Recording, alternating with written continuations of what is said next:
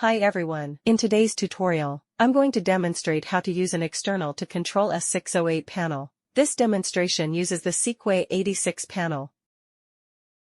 First, connect the panel to the controller. The panel wiring is shown in the figure. Connect the other end to S608. We enter the settings, click X control mode, adjust to common 9600 baud rate. Then we can start using the 86 pane to control the lights. We choose different effects. Switch effects brightness.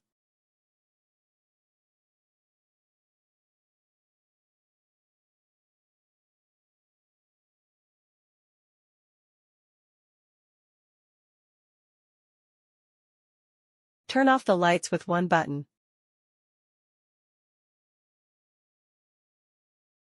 Switch.